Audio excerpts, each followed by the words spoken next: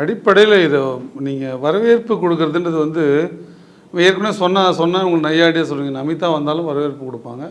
அவங்க வராங்க, இந்த மாதிரினா கூட்டம் இருக்க தான் செய்யும்.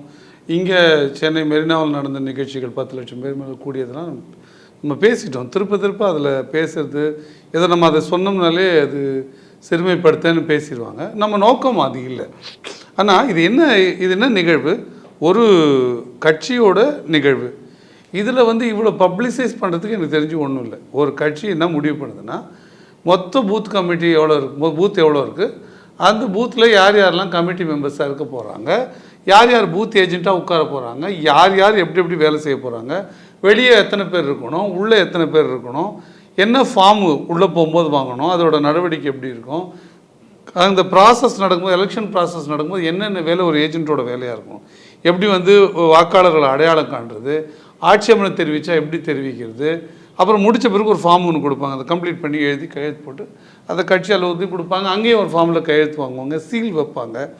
அப்போ இது பூத் கமிட்டி முகவர்கள் எப்படி செயல்படணுன்ற ஒரு அதோட ஒரு சுருக்கமான வடிவம் பேசுறது தான். இதில் அரசியல் எங்கே இருக்குன்னு நான் தேடுறேன்.